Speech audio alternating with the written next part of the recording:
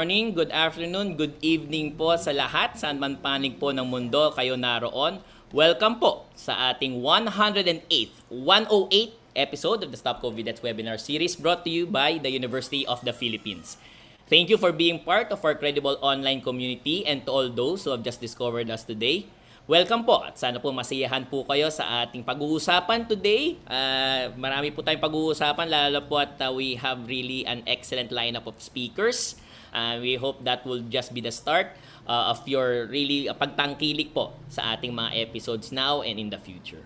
COVID-19 infections around the world have been increasing over the past few weeks. The World Health Organization points to waning immunity from vaccination at meron din pong mga nag-emerge na mga makabagong subvariants. Alam ko po, nabasa nyo na po yung Omicron subvariant BA.4 at BA.5. Yun po yung mga tinutukoy po na dahilan kung bakit po tumataas na naman ang mga kaso. So in general, ito pong mga recent surges of COVID-19, they are believed to have, let's say, decoupled in terms of from an increase in hospitalization and death. Infections are usually mild, but there continue to be risks for severe COVID-19, hospitalization, and even death among certain groups. So sa episode po natin for today, we will take a closer look at the latest surge. Ano po yung the drive po nito? Ano po yung mga pwede pa po natin gawin? At alin pong mga grupo ng populasyon po natin ang may mas mataas na risk for hospitalization and death. I'm Dr. Raymond Francis Sarmiento, Director, National Telehealth Center, National Institutes of Health, University of Philippines, Manila. Always a pleasure to be with all of you during our regular Friday po, no? I apologize for not being able to join you last week, but I was listening in. Maganda po ang usapan din po last week, and I always look forward to Fridays because I get to share hosting duties with our adjunct research faculty, the National Telehealth Center, also internationally renowned public health communications expert, Dr. Susie Pinedo Mercado. Dr. Susie? Hi, good afternoon, Raymond. We really missed you last week. Talaga naman, parang pag nawawala si Raymond, hinahanap ng ating audience. So welcome back, Raymond. Of course, we had the Ace Ligot, who was excellent. He did an excellent job as well. So welcome everyone who's watching us live on Zoom, and for those on live stream on Facebook and YouTube. And for those who are watching on the playback, Raymond, I've noticed mas maraming nanonood sa playback ngayon. So mukhang siguro dahil bumabalik na sa face to face ang maraming mga gawain, baka maraming hindi nakakahabol dun sa 12 noon natin, no? Pero maraming nanonood sa playback. So welcome to all of you, and we really do hope that these webinars are helpful for you, kasi kung hindi po sa inyo, wala po kami rito. At kami naman po ay nagsusumikap to give you the best experts. And for today, our two experts for today are no exception. And we would like to congratulate our speakers for today's webinar. We're going to start with a round of applause because these two have been recently awarded, or they are recipients of the very prestigious Presidential Award for their contributions as part of the COVID-19 response. Nasa dyaryo po sila, nabigyan po ng mga award, and we are very truly fortunate that they are available for today. In demand po ito, si Dr. Isa, Alejandria, and Dr. John Wong. Palapakan po natin.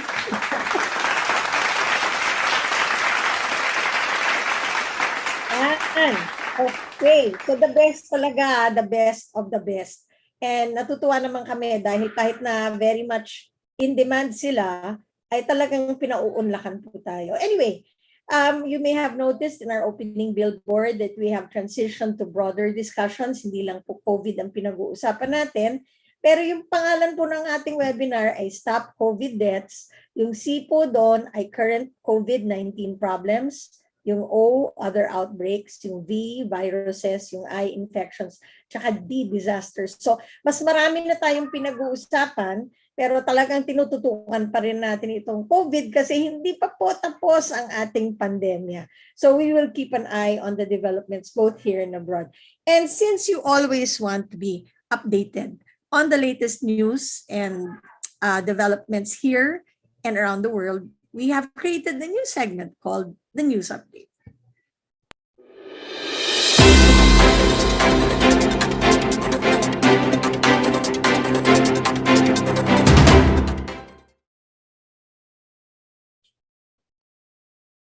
Thank you, Raymond, ikaw Dr. muna. Susie. Sorry, naka-mute ako. Thank you, Dr. Sige Susie, lang. for today's news update, the very first of two. Meron pong innovation challenge na namamayagpag po ngayon by the US federal government. So, meron pong pwedeng parating na mas breathable, mas komportable na mga face mask po. Ito po ay out of global safety first. Ang sabi po nila, ito pong mask na ito, meron po siyang medical adhesive na dumidikit po sa muka directly nang hindi po siya nagkakos ng mga acne breakouts or kung ano man. Hindi rin po nakakapagpaano ng mga air leaks, and importantly para po sa ating mga nagsusuot po ng salamin, hindi po siya nakaka-fog ng ating mga eyeglasses. It's strapless, so hindi po ito makakasakit sa ating mga tenga. So I think they prioritize po talaga the person experience, kumbaga, and something that hopefully if they are chosen as one of the top 2 winners ay mag-uuwi po sila ng tumataginting na $150,000 US dollars. So ito po ay parte ng Mass Innovation Challenge by the US federal government. Dr. Susie? Uy, Raymond, baka naman para sa mga matatangos lang ang ilong nun, no? Nakita ko parang nakaganyan lang, no? Pero hindi, Nakadikit.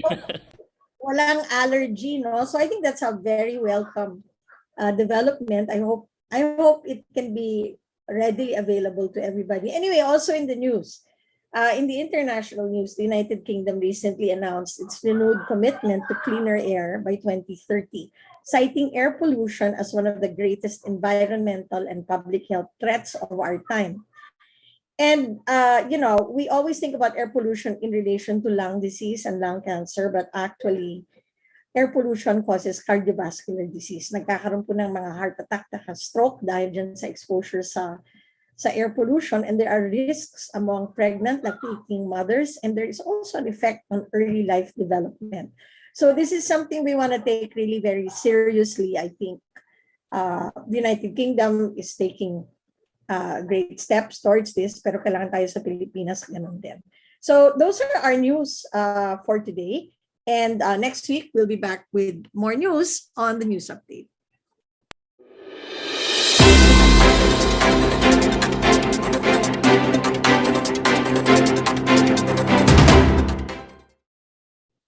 Okay, so the high risk among seniors of COVID-19 and those with comorbidities is very well known. Alam natin yan, no? Ay yung mga may edad, sila po ang pwedeng magkaroon ng severe COVID. But what is less known is the risk for children below 6. Kaya kakaiba po yung webinar natin ngayon. Pag-uusapan natin isang bagay na hindi masyadong napag-uusapan, na actually maraming mga batang 6 years old and below na nagkakaroon ng severe COVID at yung iba pa, kinamamatay nila. No? So, paano bang na-infect ang mga batang ito? What is the prevalence for severe COVID in this age group? And what does the disease look like? No? Kasi yung under 6, paano magsasalita yun na nahirapan silang huminga or may fatigue sila, right? So, ano yung mga senyales na merong COVID itong age group? And then, how do we protect the under 6 age group? And where are we on vaccination of the under 6? Nakikita nyo dito sa Stop COVID Deaths, really promoting vaccination of children above the age of 6. Pero ngayon, pagtutuon na natin ng pansin, yung napapansin ngayon, no, na maraming mga below the age of 6 na nagkakaroon ng severe COVID. But before we proceed, Raymond, let's listen to what people on the street think about sinong nagkakaroon ng severe COVID. TVUP, please.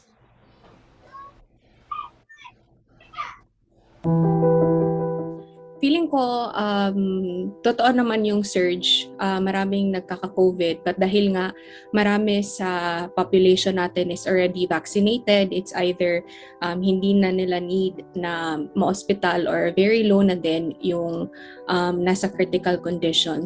Bukod sa mga numero na nakikita natin sa mga balita at nilalabas ng DOH, marami pa rin kaso na sigurado hindi naman nakapasama doon dahil bukod sa mga na-admit sa ospital, may mga tao o maraming tao ang nananatili na lang sa bahay kahit na minsan nga may mga taong nakasintomas pero hindi naman sila tumutuloy sa pagpapatest o di nalalaman o hindi nasisiguro na positive sila o hindi. Sa akin po palagay, tumataas pa rin po talaga yung COVID cases dito sa ating bansa kasi unang sa lahat, nakikita po natin sa news, yung pangalawa sa social media, lagi tayo updated sa number of cases or active cases. Pero tingin ko po hindi na siya nagiging fatal sa ibang tao. Sa tingin ko, dumadami yung mga nagkaka-COVID ngayon. Pero kasi hindi rin kasi tayo sure kung same din ba yung parang yung testing na ginagawa, kung kasing dami rin ba siya nung ginagawa nung last time pag may mga surge tayo. So, pero kasi so far sa yung napapansin ko yung mga friends ko rin ngayon, parang isa sila nagka-COVID. So, tingin ko yung mga mas tinatamaan yun, siguro yung mga hindi pa vaccinated. I think more on the unvaccinated population. So, dahil wala silang protection from COVID. And yung COVID, di ba, parang meron siya mga variant. Parang every period, nagkakaroon ng bagong variant. So, yung bakuna kasi, parang nagiging added protection siya. Bukod sa mga matatanda, yung mga taong kahit bakunado na or booster na, hindi pa rin po consistent sa pagsunod sa mga safety protocols. With the proper safety protocols, may iwasan pa din natin yung pag-surge or muling pagtaas para hindi tayo bumalik dun sa lockdown levels na nangyayari dati. Bakuna talaga yung magiging parang yung pinaka-major protection natin lalo na sa mga ganitong klase ng kaso tulad ng COVID. Yeah, thank you very much, TVUP. It's always good to get feedback from persons on the street. Raymond, anong tingin mo doon sa mga sagot nila? Ay, hindi pa lang natin nasabi pa. We've been, I'm always surprised just because even though they're young, there's really an appreciation po of what's happening. That's the one that I'm most impressed with the person on the streets. Although pinaka-importante po talaga, and this is something that our our speakers will focus on, will be yung mga yung mga vulnerable groups kumbaga. So it's something just to think about with regards to how we move forward and away from this pandemic po, Dr. Susie. So very interesting. Sige, go ahead. Yes po. So Dr. Susie, just a little bit of housekeeping. Certificates of attendance will be given to those who have watched at least 50% of the webinar duration. We have already sent out our certificates of attendance for all 106 episodes. There are just a few for episode 107, which was on July 8th. So kung may hindi po nakatanggap, please let us know. But as far as we have checked and rechecked our database po, we have already submitted and sent out our certificates of attendance to those who are eligible. So please, sana po may check nyo po ang inyong mga, your spam folders or anything of that sort to make sure that you are receiving our certificates po. For today's webinar, we will be following the standard panel discussion format. Our speakers will give their own presentations. This will be followed by a Q&A session wherein we'll be entertaining questions coming in from the Zoom, but also in Facebook and in YouTube where we are being live streamed. So that's something to think about, and hopefully all of you nakahanda na po ang inyong mga katanungan. If you could put them in the comment section, that will be perfect po for us. Dr. Susie? Yeah, thank you very much. Before we go into the webinar proper or the speakers, we have an introduction to our fun quiz. Hello! Kumusta na kayo lahat? Hi, I'm Doc Susie, the mini Doc Susie. And I'm Doc Radar, the mini Doc Raymond. Are you ready to have fun? Simply open your browser to www.slido.com and enter your code to participate. We will discuss your answers during the panel discussion later on in the program. We will have it flashing on your screen in a bit, and we look forward to your answers. Masaya at madali lang ito. Join na!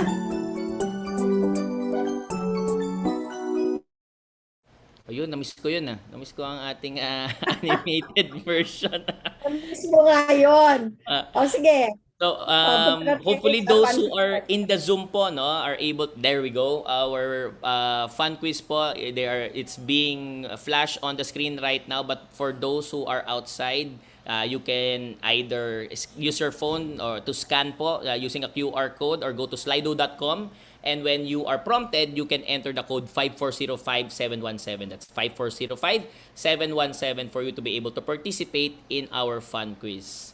The first question, it reads po, sino ba ang mga nagkakaroon ng severe COVID? Ito po ba yung mga senior citizens? Ito po ba yung mga teenagers? Ito po ba yung mga batang below 6 years old? O ito po ba yung mga adults? So, mapapansin nyo po, no, may nakalagay na multiple choice. Ang ibig pong sabihin nito, there's more than one correct answer. So, we'd like to greet those who are joining us from the DOH Drug Treatment and Rehabilitation Center from Dagupan City, Pangasinan, de Las Piñas General Hospital and Satellite Trauma Center, from the Bicol Regional Hospital and Medical Center, Central Philippine University in Iloilo, Valladolid District Hospital in Negros Occidental, and Southern Philippines Medical Center in Davao City. For our second question,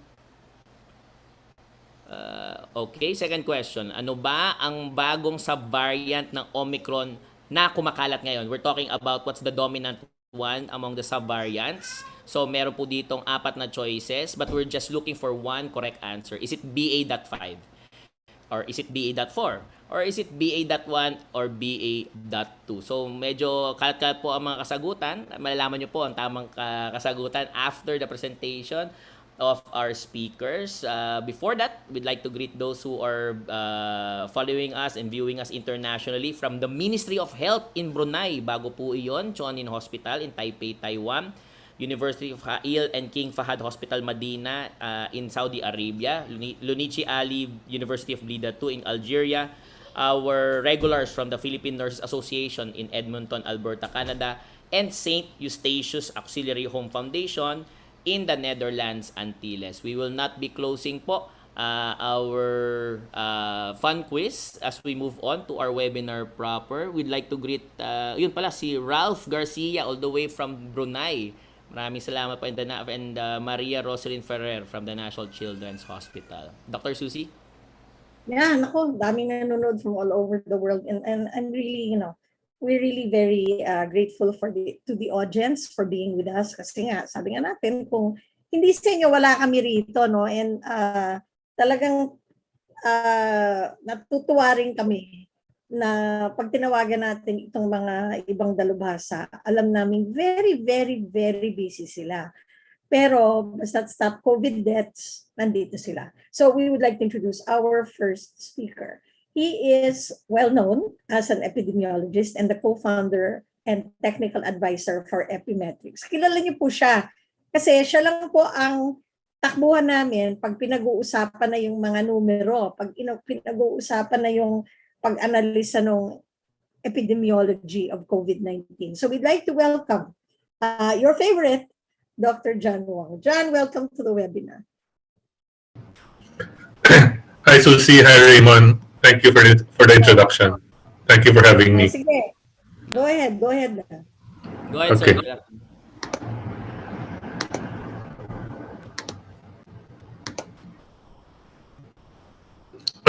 Can you see my slides? Yes, sir. Yes. If you can go to presenter. Yeah, there we go. Okay. Yeah. Okay na, John. Okay. Good afternoon. So I'd like to talk to you today about how do we build our immunity wall against the coming surge. So we'll talk first about what we already know, what we have learned, and what should we do.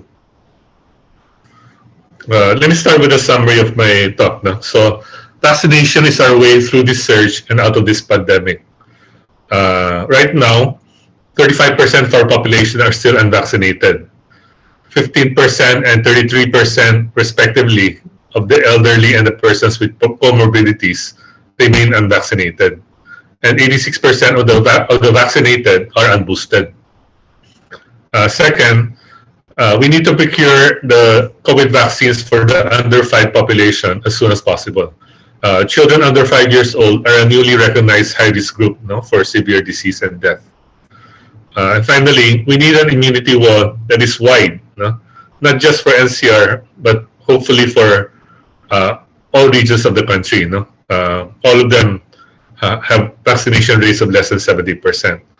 And we continuously need to repair this immunity wall. No? As time goes by, no, our immunity wall is being eroded. So, what did we know previously? No? So we knew that the elderly were at high risk for severe disease and death, no, once they were infected, no. So when the pandemic started, one of the first things we did was to prevent the very young, no, children and the very old from leaving their homes, no. So this protected them against infection. However, once infected, no, they have 5 times the risk of severe disease and 10 times the risk of death. Another high-risk group are persons with comorbidities. No? So the way to So the way to understand this slide is that, for example, for chronic respiratory disease, no, chronic respiratory disease are people with emphysema, chronic bronchitis, no, chronic asthma, no, people who have been smoking for a long time. No? So compared with people who do not have chronic respiratory disease, no, those who have it are at 4 times, no, have 4 times the risk of developing severe disease, 3 times the risk of being admitted to the ICU, 4 times the risk of dying, and overall, considering all the outcomes combined, about 3.5 times the risk of a severe outcome. Okay, and you see this for other chronic conditions, no, that are very prevalent here in the Philippines. No? Hypertension, cardiovascular disease, chronic kidney disease, malignancy, diabetes, and obesity. No? The highest risk, no, is for chronic respiratory disease. No? So that's why they've been included in our vaccination priority groups. And we shouldn't be complacent to think that we don't have a lot of, since we're a middle-income country, we shouldn't think that we don't have a lot of people with comorbidities. No? In fact, among the non-elderly adult population, no, 25%, no, of Filipinos have at least one comorbidity. No? So this totals about 14.5 million non-elderly adults. No? So it is a serious problem. No? So what have we learned, no, since the start of the pandemic and the start of the vaccination program? No? So we knew this, no, that the elderly were at risk, no, of being infected, and because we prevented children from going out, no, it's expected that children have very low vaccination rates. No? It's interesting to point out also that even though the elderly were prevented from going out, a lot of them did actually catch an infection also. No? This could be due to other members of the household bringing the infection home. No? When we look at hospitalization, of course, we know this, no, that the elderly are at high risk, no, for hospitalization. But we have recently discovered that children less than 10 years old have very high risk, no, for hospitalization. Similarly, for death, no, for mortality, the very young, no, children less than 5 years old have the highest risk, no, among the pediatric age group. Okay. So this is the new high-risk group, no? Children, no? Especially those the preschoolers. No? When we look at case fatality rate, no, it's the same thing. No? Very high risk among the very, very young. No? How about in terms of place? No? Overall, no, we have a vaccination rate of 65%, no, for the primary series. No? But this number is deceiving, no? Because NCR has a vaccination rate of 89%, and it's pulling up the vaccination rate, no, for the whole country. But all other regions, no, outside of NCR have vaccination rates below 70%. No? Region 7, 12, and BARM even have vaccination rates below 50%. No?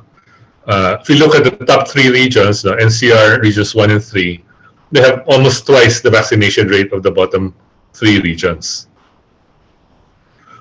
So we've been talking about building an immunity wall, no, to prevent the surge, or if we have a surge, no, at least prevent hospitalizations, no, and our healthcare capacity being overwhelmed, no. So this is the immunity wall across regions, no. So NCR is here. And if we use the initial target set by the DOH of 70%, no, it's no longer 70%. No, they've raised the target. No, but even if we use that initial target, no, all other regions, no, are below 70%, and BARM is at 22%. No, so if you think of this wall as our wall against COVID, no, against the virus, no, our wall is only half built. No. And then there are parts of the wall where the virus can actually go through very easily. So we need to build this up. No? How about across time? No? What has been happening? No? So right now, only those who are boosted and those who have been recently vaccinated, meaning vaccinated less than 6 months ago, have sufficient protection against severe disease. No? So if this is our population, about 110 million, this is the boosted population, I think about 15 million. No? And then these are those who are recently vaccinated. No? They're unboosted, no? But since they're recently vaccinated, they still have good protection. No? So this leaves us with about 65 million people, no?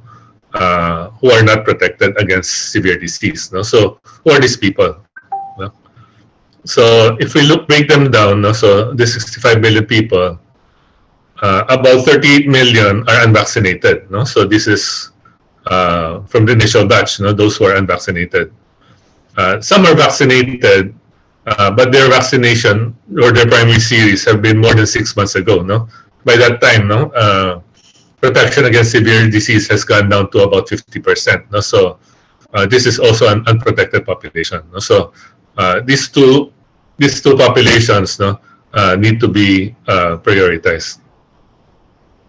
So in summary, no, our vaccination is our way through this surge and out of this pandemic. No? So if we talk about pandemic exit, no, no exit is possible, no, without a higher and a wider immunity wall. No?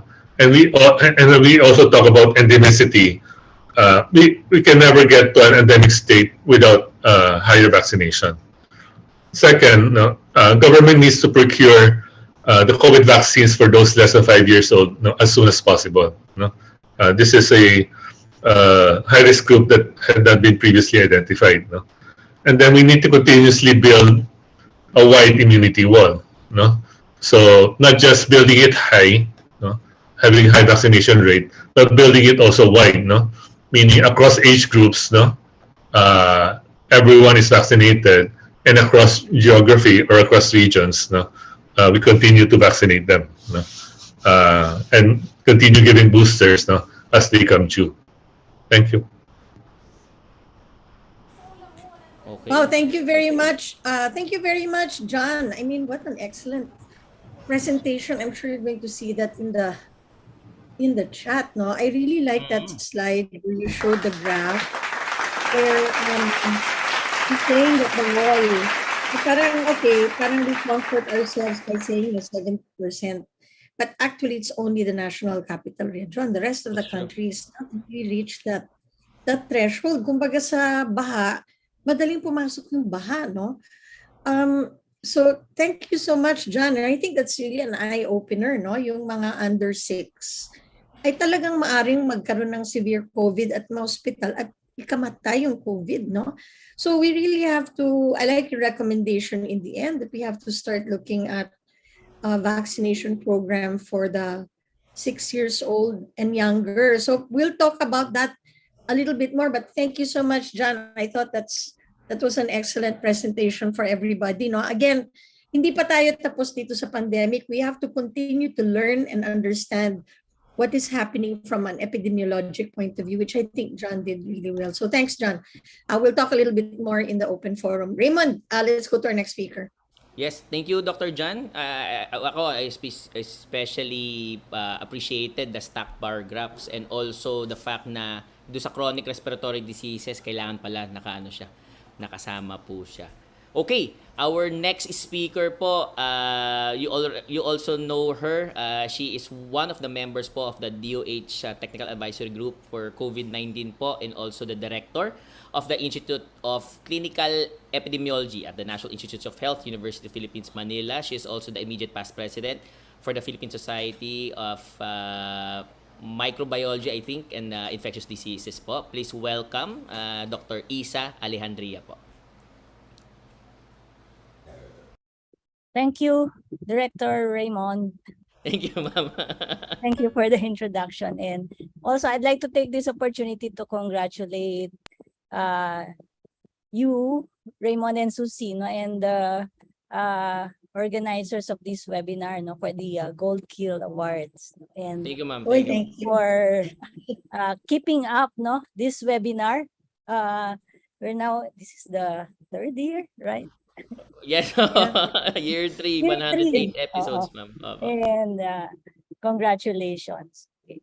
So let me just pull up my slides.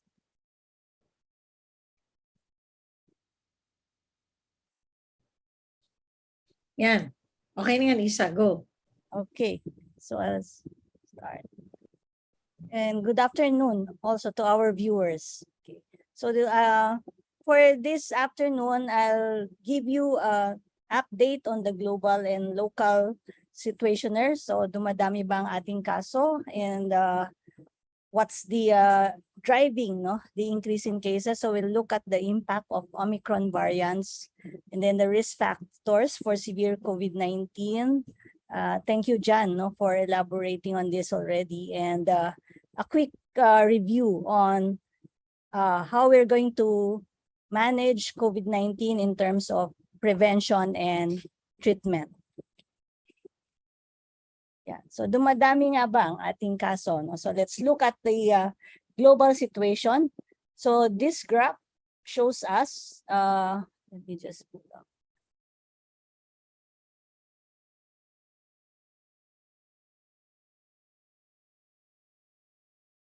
Globally, the number of cases, no, has increased. You can see here, we are now in the 4th week that it's increasing.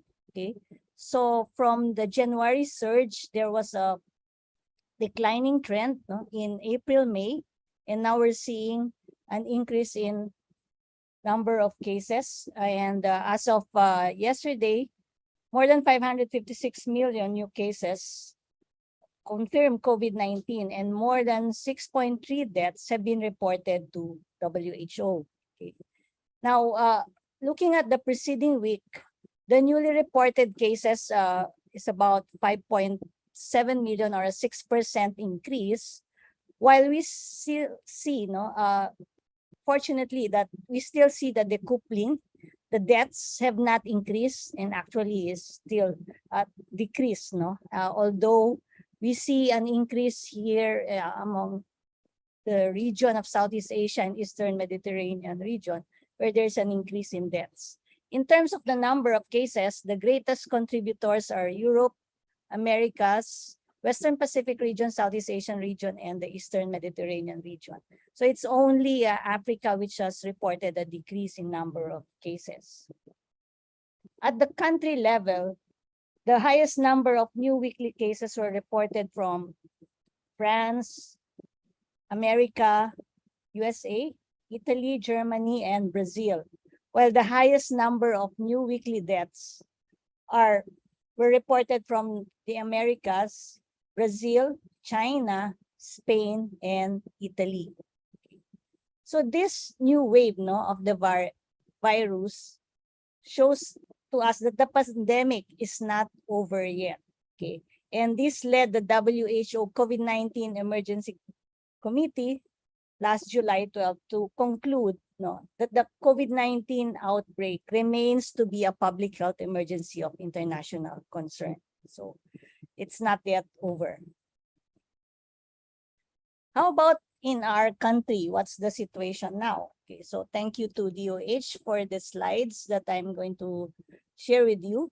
So here is our epic curve, which shows a similar trend, no, as that of the global curve. No? So we had our Omicron surge, this steep spike here in January, then a decline in the number of cases, no, which plateaued in March, April. And now in June, we're seeing again an increase in the number of cases. Okay. So let's look closely at this portion of the graph. Okay, so here we see that the national case trend, no, is showing a continuous increase in cases. We are now averaging more than 1,600 cases per day in the past week. Okay, so from hundreds, we're now 1,000 cases, more than 1,000 cases per day, per week. Okay, and the top regions, no, where we see the new cases are NCR Region 4A, Regions 3, 6, and 7. Top areas of new cases, Quezon City, Cavite, Makati, Manila, and Laguna. Okay.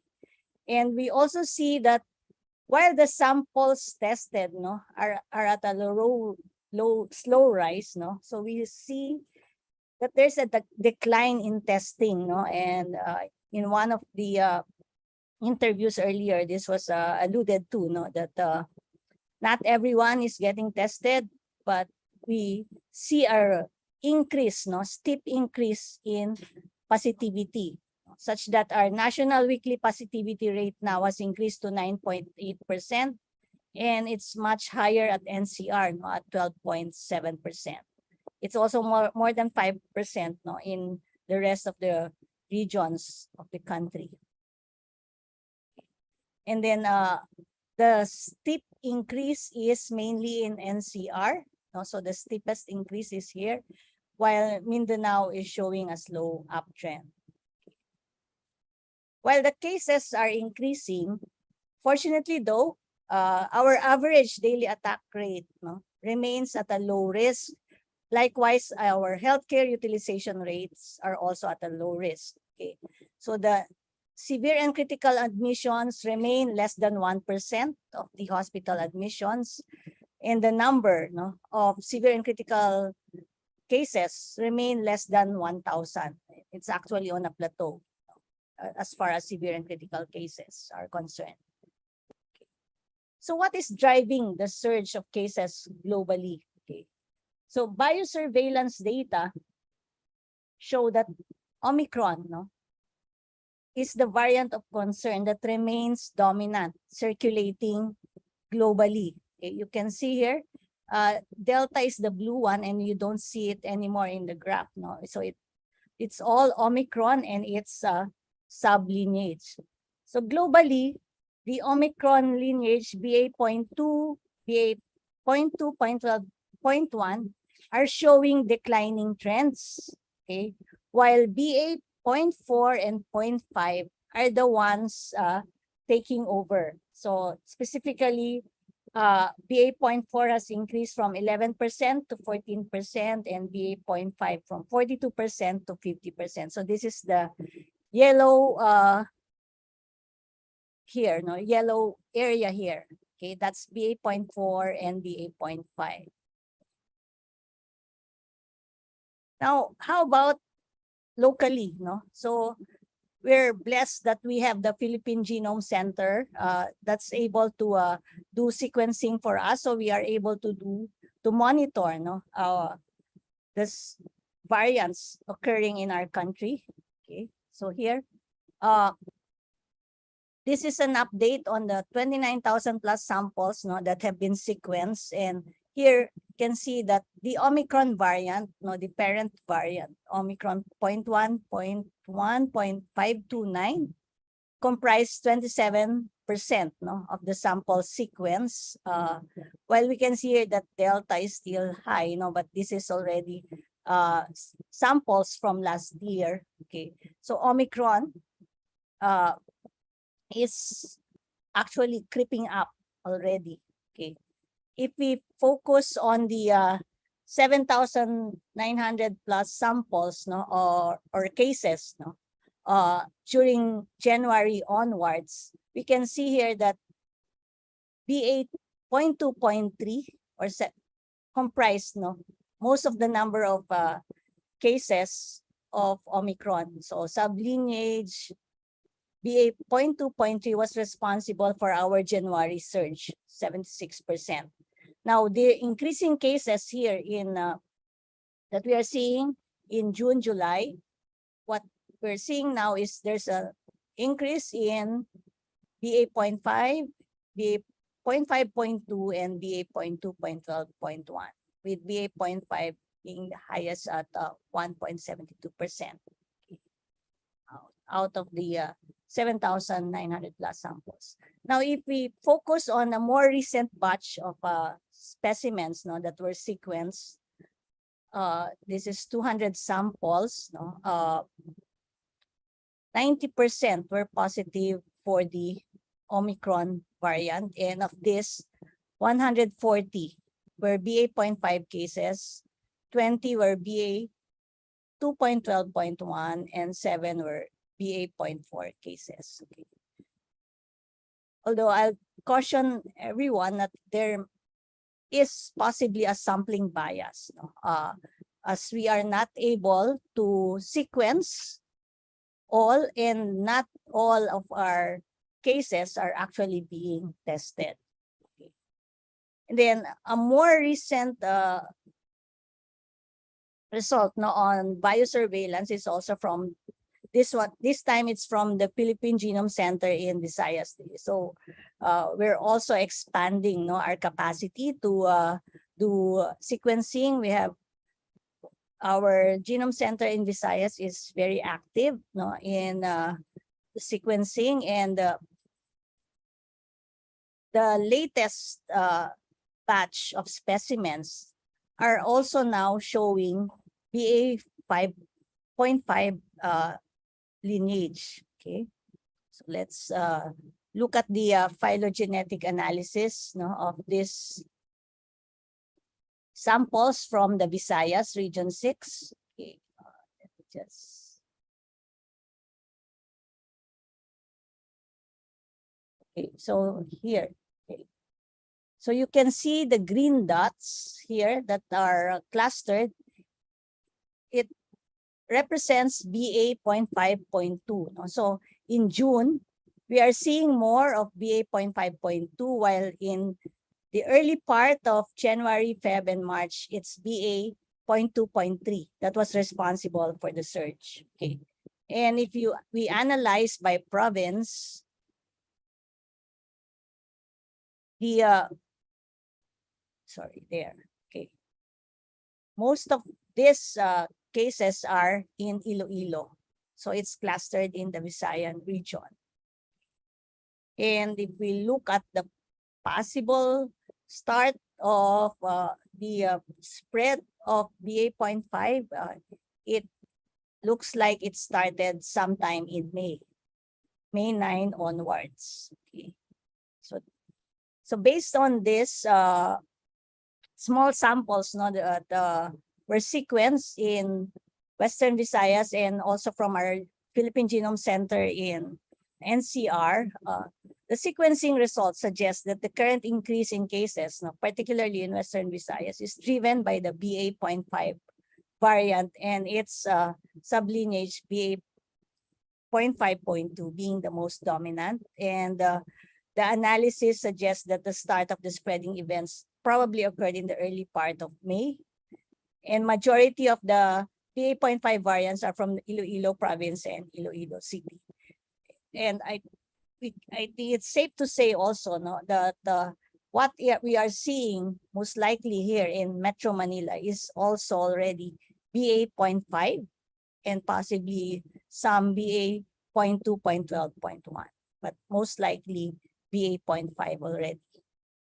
Okay, now let's discuss the impact of the variants. No, just a review on what are variants. So variants are a result of mutations, no, that occur during viral RNA transcription, or when the virus has to multiply to be able to infect a person, and during that transcription, or during that multiplication or replication in the body, that is when transcription errors resulting in mutations occur, leading to variants. And these mutations are a way for the virus to survive.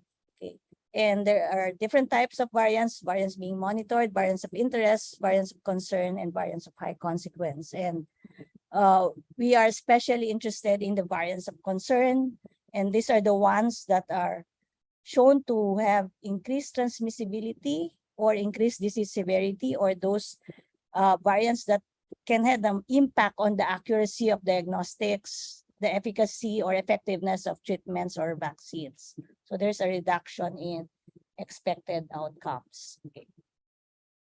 So let's go through the Omicron variant of concern, which is the dominant variant now globally. So Omicron B.1.1, 0.529, this is the parent variant, no, and the descendants or the sublineage or children are BA.1, BA.2, and now BA.4, BA.5. So how did this start? No, so Omicron started off as 3 subvariants, no, from the parent virus. So there's actually BA.1, BA.2, BA.3, and these were first detected in South Africa in November of 2021. And we had our first surge in January, as mentioned, and it's basically due to BA.2, 0.3.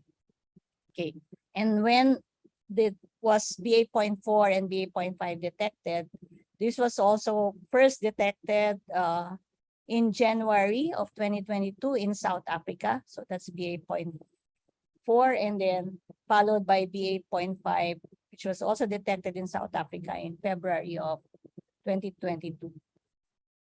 Both actually appear to be offshoots of BA.2, sharing many identical mutations in the spike protein. So usually BA.4 and 0.5 are discussed together because of their similar mutations, no, in the spike protein. Okay. So now let's look at the impact of these variants on transmissibility, which is why it is a variant of concern. Okay. So we've seen that Omicron has a growth advantage and increased transmissibility compared to Delta. BA.1 has lower transmissibility compared to BA.2, while BA.2 has increased transmissibility compared to BA.1. And 0.4 and 0.5 actually have a growth advantage, no, compared to BA.2. Okay.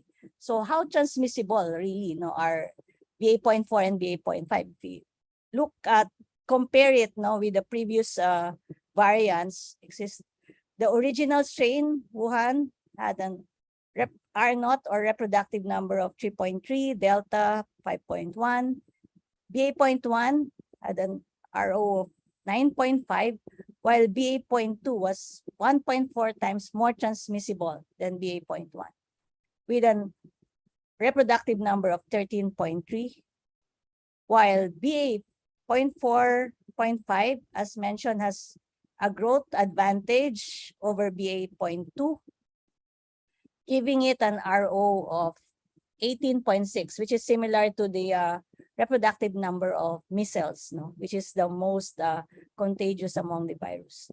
These reproductive numbers, though, are in a population without immunity.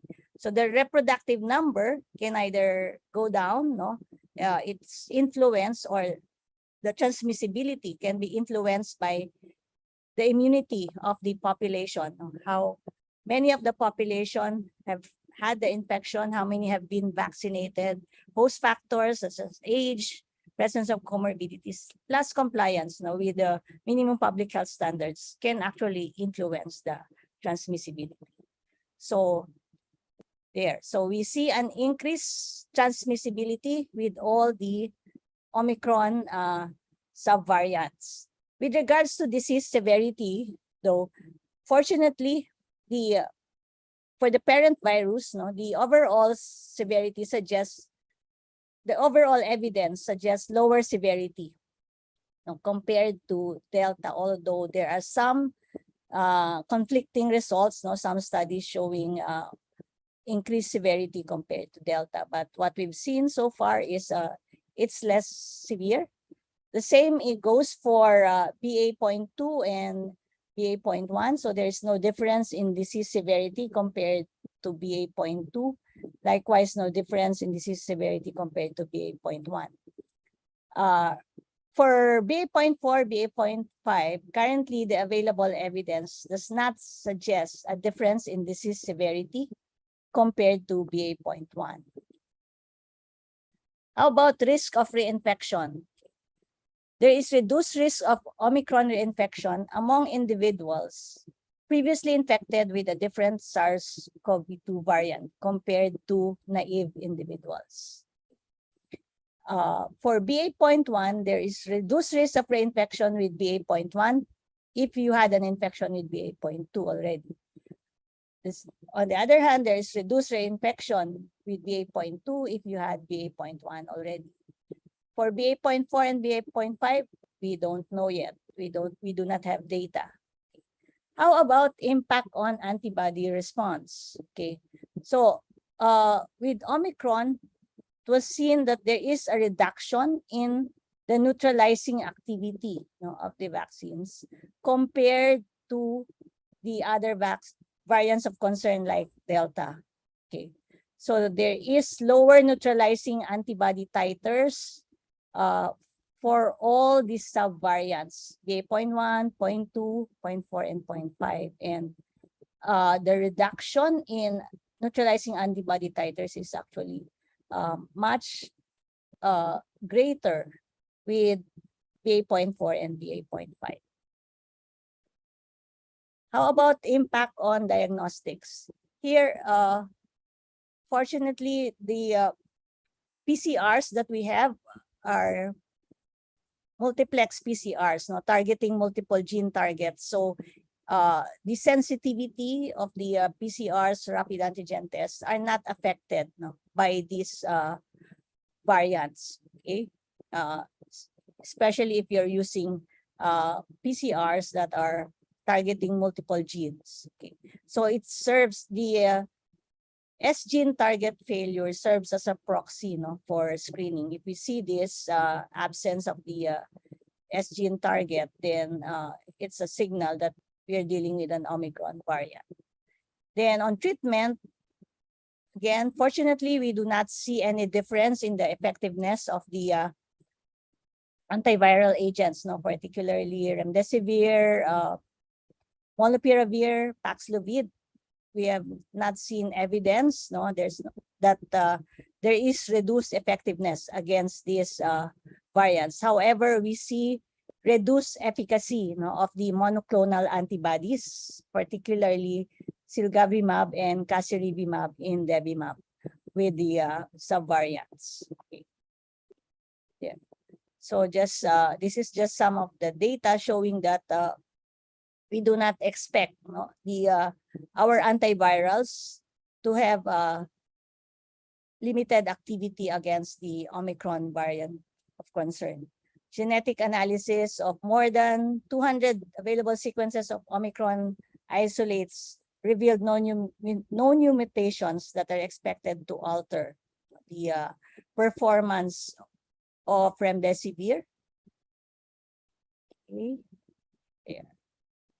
So these antivirals retain their activity against Omicron.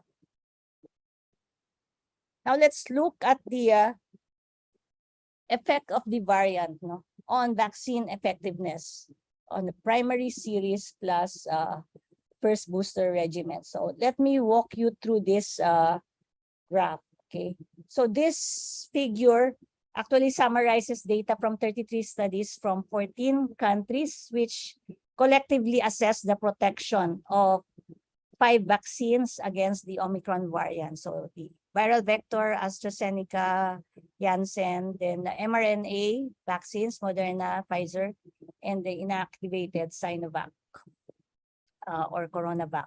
Okay. So findings, no, from these studies show actually reduced vaccine effectiveness of COVID-19 primary series vaccines against the Omicron variant for all outcomes, no, against severe disease, symptomatic disease, and any infection. So the gray dots, no, here represents the primary series, and if you look at the where they are, no, it's about just about 75%, no, so below 75% vaccine effectiveness, no, so for most except for Pfizer, which has above 75% effectiveness, and Moderna, our mRNA vaccines. Okay. So here we can see that against the Omicron variant, there is protection against severe disease with the primary series, but the degree of protection is lower for symptomatic disease and for any infection, looking at the gray dots, okay, for the vaccines. Okay. And then the colored dots represent the boosters. Okay. So the first booster vaccine, you can see here, substantially improves, no, the vaccine efficacy or effectiveness for all outcomes, okay, for severe disease, symptomatic disease, and any infection. You can see that it all goes up, no, compared to the primary series. So it boosts the vaccine effectiveness, and the boosting effect is higher with severe disease, against severe disease. Okay. So for severe disease, let's go through this. The vaccine effectiveness of the primary series, no, showed little decline over 6 months. Okay, so it was more than 70% during the first 3 months after the primary series. Okay, for most of the vaccines, no, against severe disease. Beyond 3 months, though, it goes down. It starts to go down.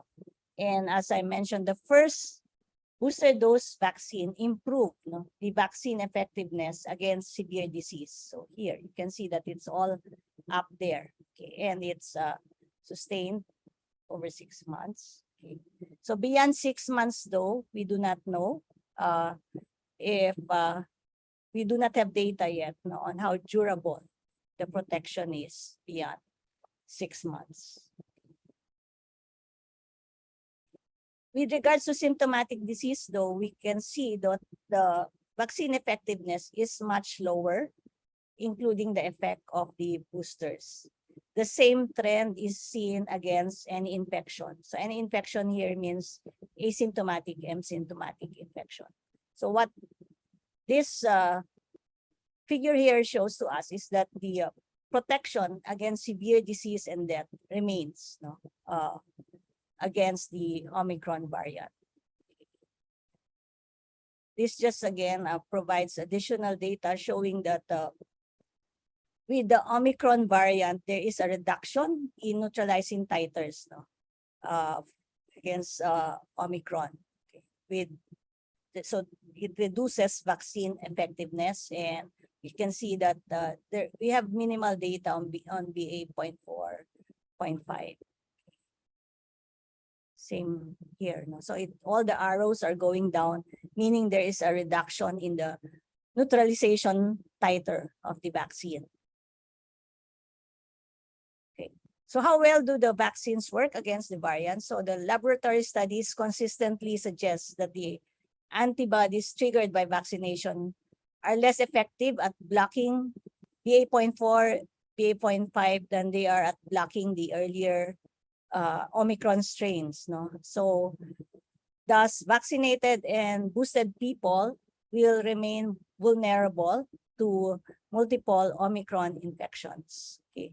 And even people with hybrid immunity from vaccination and previous infection with Omicron and BA.1 will produce antibodies that struggle to incapacitate BA.4 and BA.5. And it is due mainly to these spike mutations. No? So the additional spike mutations, as you all know, it's this spike protein that facilitates the entry of the virus into our body. However, even though there is a reduction in the neutralizing antibody titers, the COVID-19 vaccines can still provide protection against hospitalization due to the Omicron variant. And this is mainly due to the highly cross-reactive T cells, capable of recognizing multiple variants of concern. So the T cell immunity is the one that provides us durable protection against severe disease and death. And there are some preprint studies showing also that the immunity can last for a year. So that's for the impact of the variants. Now let's go to the second part, which is sino ang nagkaka-severe COVID ngayon. Okay. So here, this is again data from our Department of Health, which shows that individuals in the working age group are the ones that are highly affected by the infections, but the deaths are highest among the elderly. Okay. Here. And this graph or figure also shows to us that with the Omicron variants, the majority of cases are asymptomatic, mild, moderate, and less of the severe and critical. And deaths are on a continued decline. From our peak in January, it's averaging about 1 death per day in May until now. Okay. So the decoupling is there. And then what are the characteristics of our Omicron cases? Okay, so here, this table shows that all regions and provinces have reported cases due to Omicron. 54% are in females, age range more than 1 to 100 years old. 57% are fully vaccinated. And again, low case fatality rate. Okay, those who died are mostly due to pneumonia and with other medical conditions, mostly cardiovascular and chronic respiratory diseases. And some were fully vaccinated also. And greater numbers were unvaccinated. Okay. And then for the BA.5, the 233 cases, mostly in region 6. Okay. In terms of outcomes, majority have recovered, and as this described earlier, majority are mild, moderate, and asymptomatic. Okay. And then we have fully vaccinated 79 and unvaccinated 12. So these are the risk factors for severe COVID-19. Dr. John has illustrated very well earlier the risk for severe COVID-19, risk factors for severe COVID-19 in adults, and provided us the burden of disease, the burden of these comorbid conditions. And there are a lot of studies already that have documented that these comorbid conditions increase hospitalization, increase the risk for severity, increase the risk for death. So cancer, cerebrovascular disease, chronic kidney disease, chronic lung disease including TB, chronic liver disease, diabetes, disabilities, heart conditions, mental health disorders, dementia, older age, even obesity, smoking, substance use disorder, Pregnancy has also been associated with an increase for severity. Immunocompromising conditions, no, especially those HIV, which remains untreated with CD4 counts less than 200, those receiving immunosuppressive drugs for transplant patients, no? And of course, the unvaccinated. They remain to be at risk for severe COVID-19 and for death. And this figure here just like to show the incremental increase in risk, no, for mortality the older an individual gets, no? So from a risk ratio of 1, it goes up to 10 times more, no, as you age. Okay, and then these are the relative risk or the risk for having a severe COVID if you have these comorbid conditions. Then we likewise analyzed our patients, no, our patients in PGH, and this is data from our wards, and from 1,215 patients. Okay, we are overall in-hospital mortality was 18.2% in this cohort, with a higher mortality among the severe and critical groups of patients. And the predictors of mortality that we found, so consistent with the previous studies, elderly and presence of COPD predicted mortality. Then a SOFA score of more than 2, meaning presence of organ dysfunction, sepsis, no, markers of inflammation, elevated LDH, CRP, then lymphocyte count less than 1,000, neutrophil of more than 70, and also deteriorating pulmonary function and renal function were all associated or were predictive of mortality. So this data has just been recently accepted, no, for publication. So that's for risk factors, no, for severe COVID-19. Now let's go through a quick review of how to manage, no, COVID-19. So management starts with prevention. Okay, so I opted to start with prevention. So for any suspect cases, no, of COVID-19, we have to quickly test and isolate. If testing is not available, then isolate right away any symptomatic suspected individual, those with history of exposure.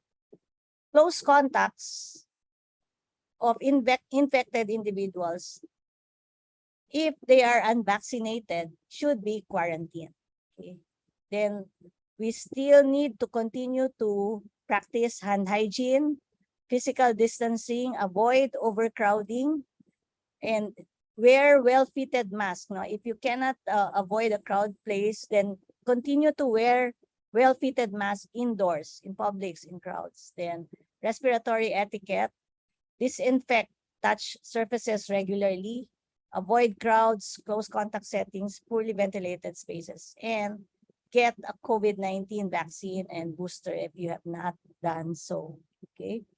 Then just to review our quarantine and isolation guidelines. Okay. So now we've incorporated, no, the vaccination status in our guidelines. So for asymptomatic close contact, as mentioned, if fully vaccinated, you do not need to quarantine, but you have to closely monitor yourself, no, for symptoms for at least 14 days and observe minimum public health standards. Continue to wear masks,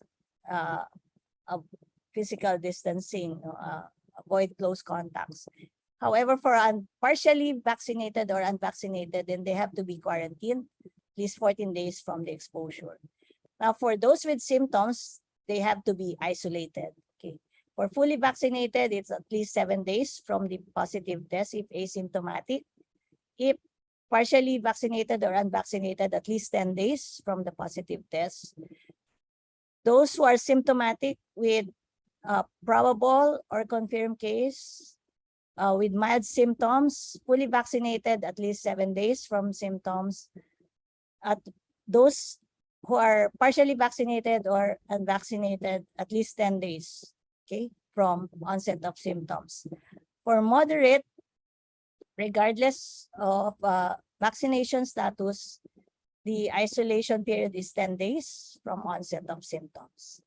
Then those with severe and critical, regardless of vaccination status, it's 21 days from onset of symptoms. And for the severely immunocompromised, it's also 21 days from onset of symptoms. And these are the ones that you need to do a repeat testing. No? For the rest of the population, you don't really need to repeat the test, no, to remove oneself from isolation. So we follow a time-based isolation guideline. So once there is improvement of respiratory symptoms and you're febrile for at least 24 hours and you have completed either the 7-day or 10-day period, depending on the severity of symptoms, then you can already be released from isolation without testing. Okay.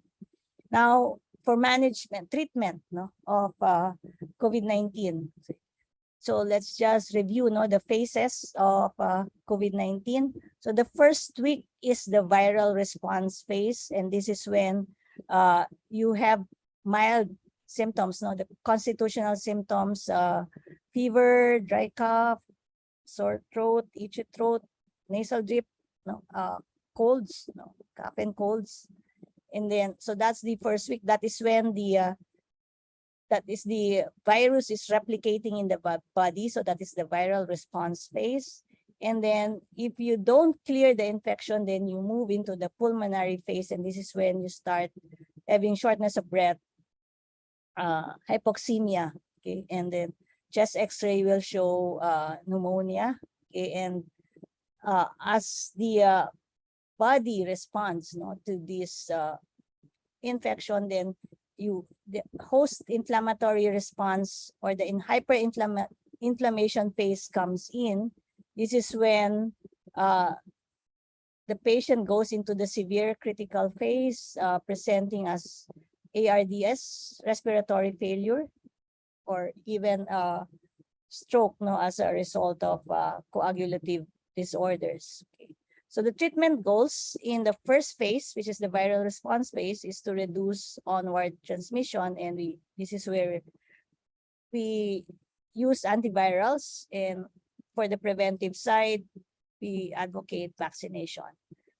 Then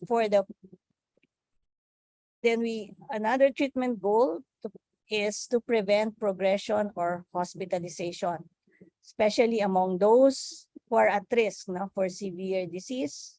So this is where we initiate the antivirals to reduce hospitalization and death. And then those who move on to the inflammatory phase, then we now administer immunomodulators to dampen the immunopathogenesis and give anticoagulants to reduce morbidity and mortality.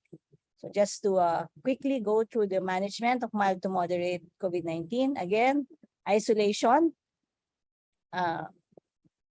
7 days or 10 days, depending on vaccination status, plus the public health measures, hand washing, wearing of masks. So we have to closely monitor patients with risk factors for severe illness. Supportive care, no, is the mainstay of treatment for mild to moderate COVID-19. So antipyretics for fever, body pains, okay. Then we have to monitor, again, those who are at risk, no, for progression. So watch out for warning signs, persistent fever, dyspnea, decreasing oxygen saturation. These are the ones that need to be hospitalized. Then just a reminder again that antibiotics do not work, no, for COVID-19. So we recommend against the routine use of empiric antibiotics such as azithromycin and anti-influenza drugs such as oseltamivir, unless you are highly suspecting a bacterial co-infection or a co-infection with influenza, which is usually rare, no? So less than 10%. How about antivirals? So we now have very good evidence, no, good randomized clinical trials showing us that molnupiravir can reduce hospitalization and death, no, if given within 5 days of symptom onset among non-hospitalized adults with at least one risk factor for progression. So this is an antiviral drug, oral antiviral drug that can be given. And then we also have nirmatrelvir with ritonavir or Paxlovid, okay, which can also be given for non-hospitalized adults and even for pediatric patients 12 years and above. Okay. For mild to moderate COVID-19, again, for those who are at risk of disease progression, the trial has shown that it can significantly reduce hospitalization and death. Then another antiviral, this time it's an IV antiviral remdesivir. Okay. So all these drugs, no, Molnu, Paxlovid, and remdesivir, they act by inhibiting viral replication. Okay. So for remdesivir, it's suggested to be used within 7 days of symptom onset among COVID-19 patients who are at risk for progression. Okay. Not requiring oxygen supplementation. So it's best given early, okay, when the patient is not requiring oxygen yet. Okay. On the other hand, we have some data showing that we can add remdesivir to dexamethasone among patients with O2 saturation less than 94% or requiring low flow oxygen and at risk for progression. And then data from the Solidarity trial has shown us that remdesivir does not have any effect, no, among patients who are already on high flow oxygen or mechanical ventilation. Hence, we suggest against the use of remdesivir if the patient is already on high flow or mechanical ventilation. So for mild to moderate COVID-19, it's the antivirals. Okay. Now for severe COVID-19, no, severe and critical COVID-19, the mainstay or the standard of care is corticosteroids. So we recommend the use of dexamethasone for up to 10 days among patients with severe and critical COVID-19. Okay, it's not recommended for mild or moderate COVID-19. And it should be started as soon as a patient is diagnosed or categorized as severe and critical COVID. So these are the suggested regimens.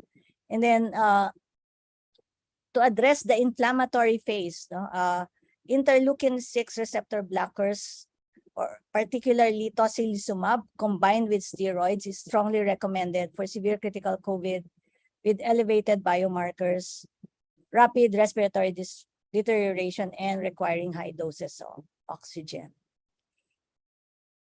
Okay, so to summarize, I've shown you that indeed COVID cases are increasing globally and locally, and it's mainly due to Omicron and its subvariants, which is the predominant variant of concern now, and it's BA.5 that is coming out as the more predominant sequence, no, or subvariant. And other drivers, no, the drivers of increased cases are actually multifactorial. So the continued viral evolution, no, so is driving our increase in cases, increased mobility, decreased compliance, and the waning immunity. All of this are playing a role, no, in the increase in number of cases. Then I've walked you through the management of COVID-19. So the effectiveness, no, of the drugs depends on being able to use it at the right time. So being able to diagnose, categorize the patient into the right degree of severity. So for mild to moderate COVID-19, it's mainly supportive antivirals for those with risk factors for severity. And since Omicron is the predominant variant, we're not recommending the monoclonal antibodies because of reduced effectiveness. Okay, so for severe and critical COVID-19, it's steroids plus immunomodulators, intensive respiratory management, and anticoagulants.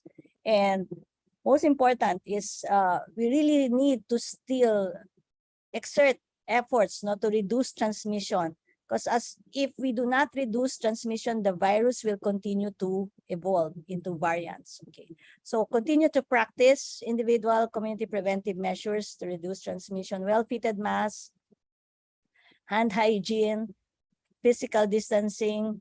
Of course, get vaccinated and boosted to prevent severe disease and death. And lastly, we still need information hygiene to combat misinformation and disinformation, such as this webinar. So thank you very much for your attention.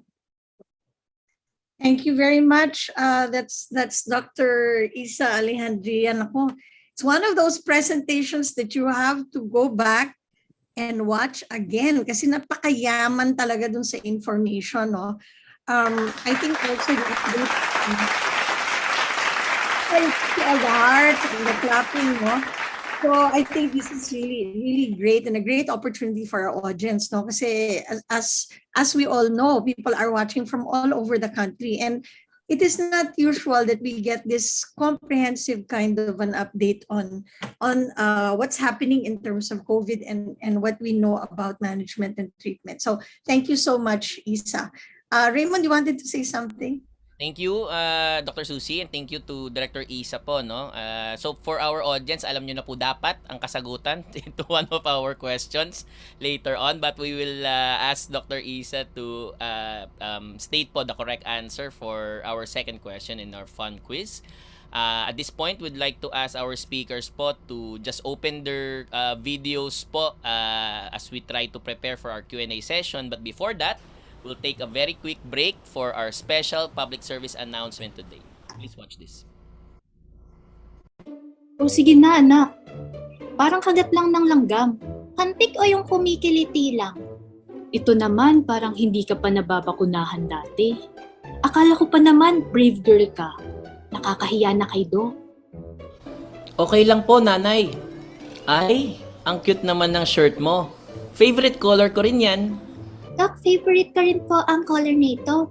Pero ayoko po ng red hantik. Masakit kumagat at takot rin po ako sa blood. Magtudugo po ba ako sa bakuna? Ah, hindi. Walang dugo sa bakuna. Konting pisil lang, tapos na. Kakasugat ba ako, Doc? Hindi ka magkakasugat. Lalagyan lang natin ng plaster pagkatapos para safe. Di ba nabakunahan ka na rin ng contra measles at chickenpox dati? Parang ganun lang din ang bakuna para sa COVID-19. Natatakot pa rin ako, Doc. Alam mo ang secret sa pagiging brave. Hindi ibig sabihin na wala kang kinatatakutan. Kundi, kahit natatakot ka, hinaharap mo pa rin ito. Okay. Ready na po ako, Doc. Una, pupunasan ko muna ng bulak na may alkohol ang braso mo. Okay? Tapos, mabilis lang na konting... Ayos! Tapos! Tapos na, anak. Pwede mo nang buksan ang mga mata mo. Nay, sabi sa inyo, brave girl na po ako eh. O, heto ang prize para sa'yo, ha?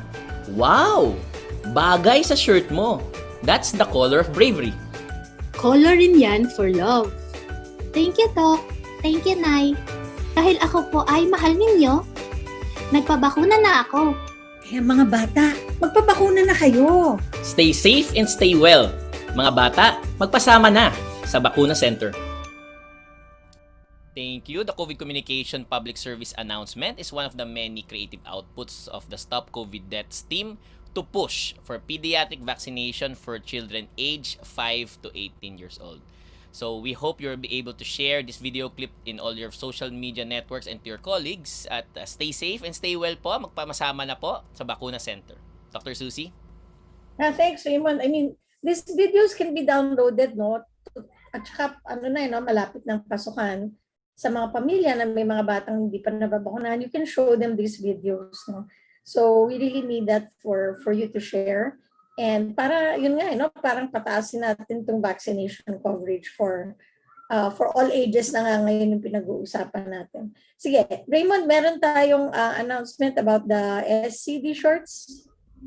Okay. So, just so you're able to watch the select po na parang let's say very short and consumable presentations. They are also found in the YouTube channel of TVUP.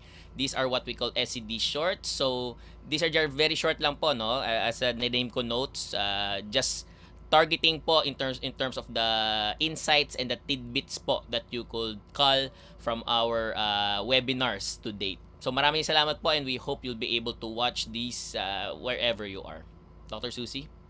Yeah, thanks a lot, Raymond. So we'll go to our panel discussion now. And I realized there are a lot of doctors in the audience. No? So nakita ko lang, tinignan ko lang yung ano. Maraming doktor na nasa audience. I think there's some very good questions that we can ask in a bit. But just to get the ball rolling, I wanted to ask both, of course, this is a little bit speculative, but hindi naman siguro, no? So let me ask both John and Isa. Okay, so we're saying na dumadami yung kaso sa Metro Manila, okay, sa NCR, sa National Capital Region. And yet, that is the place with the highest vaccination coverage. So what is really happening here? What do you think is happening? John, ikaw muna. So when we look at the epidemic curve for cases, no, we should always think na these are always underestimates, no, kasi first of all, home-based antigen testing is more widely available now, and then second, since Omicron is a mild infection, most people don't bother to get tested anymore, no. So, but whether it's NCR or other regions, no, these are underestimates, no. So we could be having more cases in other regions, but we're not seeing it lang. Okay, so it's more about, is it really just more about the reporting? Or are we looking at, what do they call that? Immune escape. No, na kahit na nabakunahan na, nag-infection na, ay nahahawa pa rin. Isa, what is your thinking on this? Yep. I was about to say that as I explained earlier also, no, that Omicron, no, is evading immunity. Actually, we've seen reduction in the neutralizing antibody titers. However, we still remain protected against severe disease and death. So, kaya it's not, the vaccines are not transmission blocking, no? So nakita natin, 'di ba, the vaccine effectiveness remained, no, for severe disease and death, but it easily goes down, no, against symptomatic disease and any infection. So kaya we still are at risk, no, of getting the Omicron or the mild infection. Kaya dapat pa din yung preventive measures, no, is still there. It's not the time to be complacent, to remove the mask. Kaya, because you can still be infected even if you're vaccinated, kasi nga it's not transmission blocking. So we can see that there is a drop, no, in the neutralizing antibody titers. Yeah. We are hoping for the next generation vaccines, which will have both the original strain and the Omicron, yung bivalent na vaccine. So maybe that can now be the more effective vaccine to handle these variants, no? But again, as long as there is transmission, no, mag-evolve yung virus. Kaya parang similar to parang it will go like flu, di ba? We have to monitor what's the existing variant or antigen. Kaya, di ba, yung flu vaccine every year yan kasi we change the composition based on the predominant strain. So eventually, ganun, that's how probably Omicron COVID, no, will evolve. No? So there is ongoing research on bivalent vaccine. So Moderna actually came up with some preliminary results, no, on their bivalent vaccine. Hopefully, we can have that soon. Yeah, thank you, Isa, no, kasi marami pa rin sa mga kababayan natin, and I think our frontliners who are here should be able to explain this very well to people. Marami kasi feel na nabakunahan sila, tapos na. Diba? Na-vaccinate na sila, no? So I think we really have to talk about this waning immunity, the fact that there are new variants, and that you can get reinfected actually, no? Kasi parang in the early days, the impression was if you get vaccinated, hindi ka magkakasakit. That's not true. Hindi ka mamamatay, hindi ka ma-hospitalize. Mas malaki yung chance na you'll survive, no? So I think there's a lot we need to communicate, and as John has been showing in his slides, no, as long as we have parts of the country na mababa pa yung vaccination coverage, maaari talagang mutate further at magkaroon pa tayo ng other infections. Raymond, you wanted to say something? Go ahead. No, there was another question, Dr. Susie, but this one to Dr. John. I've aggregated it. The question is, and I think this is coming from the parents po, no, from our audience. Should we expect that the increase in cases, if magtuloy-tuloy, will that impede the forthcoming face-to-face classes of our children when the time comes? So yun po, I think I don't know if it's about allaying fears, but I think they want to have some level of expectation with regards to what is the likelihood that the face-to-face classes ay hindi raw po matuloy because of the increase in cases. Dr. John? Yeah, thank you, Raymond. Well, I can't make a statement as to whether the face-to-face classes will proceed or not. No, but what I can say is, once they start classes, no, they have to continue wearing masks. No, and then the other thing that they have to watch out for is to make sure that all the classrooms have good ventilation. No. And then the third thing is get vaccinated. No? So these are three things that parents can do for their children, no? To keep them from being infected, or if infected, keep them from being hospitalized. Yeah, thank you, John. No, I wanted actually to ask you to expound a little bit. You said something very powerful earlier, no, na it's time for us to start preparing to vaccinate the younger kids. No? Can you expound a little bit more on that? I mean, where are we on that? Do we have vaccines that are already approved by the FDA? Nasaan ba tayo dyan? Where are we? Up to 5 years old, no, the vaccines are already available. No, and actually the vaccination campaign for that age group is already open. No, but we don't yet have the vaccines, no, for those less than 5 years old, because these are different formulations. No, so they just approved it in the States.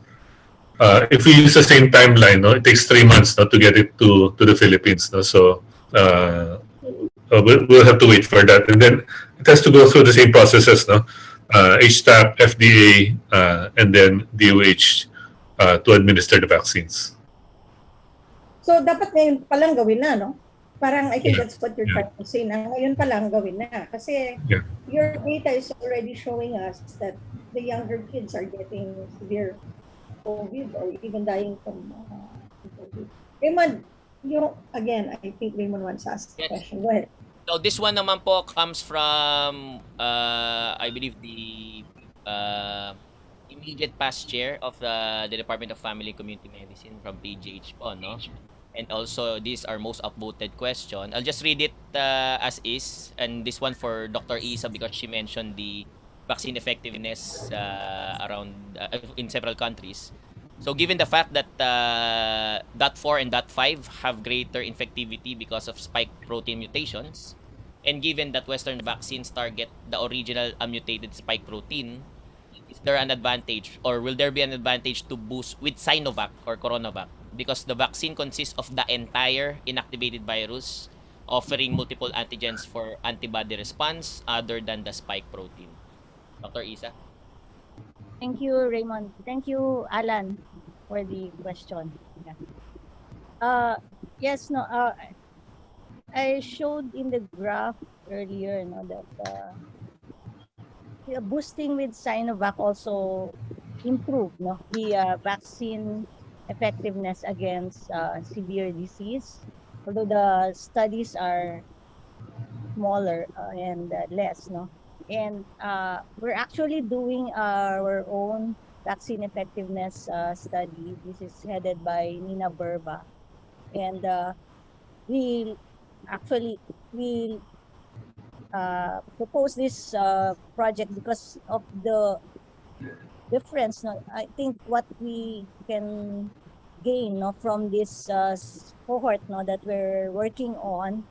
Yeah, I think Raymond, you're part of this. No, Yes, uh, we are so we can answer these questions, no, on really what is the effectiveness of Sinovac, because we're one of the countries that used we're the first one actually to use Sinovac, no, and then in different combinations, no, and actually it's turning out kasi that it's pag mix and match turns out to have higher antibody titers and levels of immunity.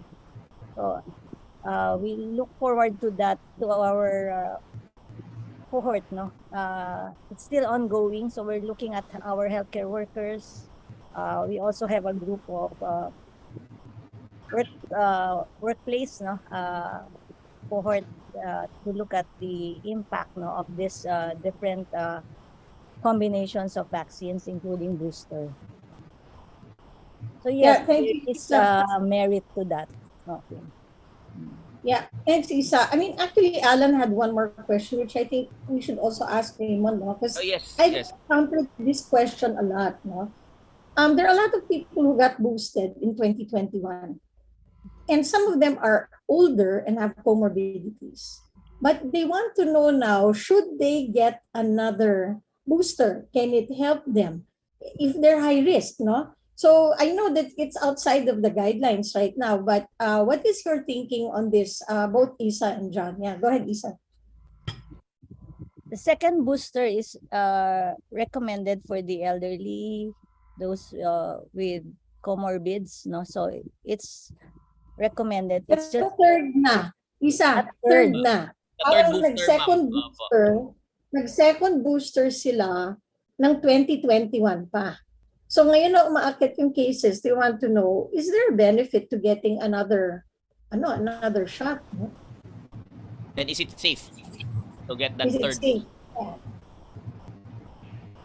There's really no data at this time on third booster. Yeah, so whether it's safe also is another question that needs to be answered. So I have no answers really. Okay, No si John data is to give. smiling eh. John, ba't natatawa ka? Mga kaibigan mong doktor yun, ano? Now, both Moderna and Pfizer kasi are coming up with a variant-specific vaccine. They said in the fall, so mga October. So it might get to us mga January. So I mean, it might be better to just wait for that, no, rather than get a third booster of the same vaccine of the older vaccine. Yeah, I agree. No, I think more prudent to wait. It's coming. Yeah. It's coming. Antay na lang tayo. Be careful. Okay, wait. Kaya ano na lang. Raymond. Yeah, Raymond, take another question and then let's go to the fun quiz.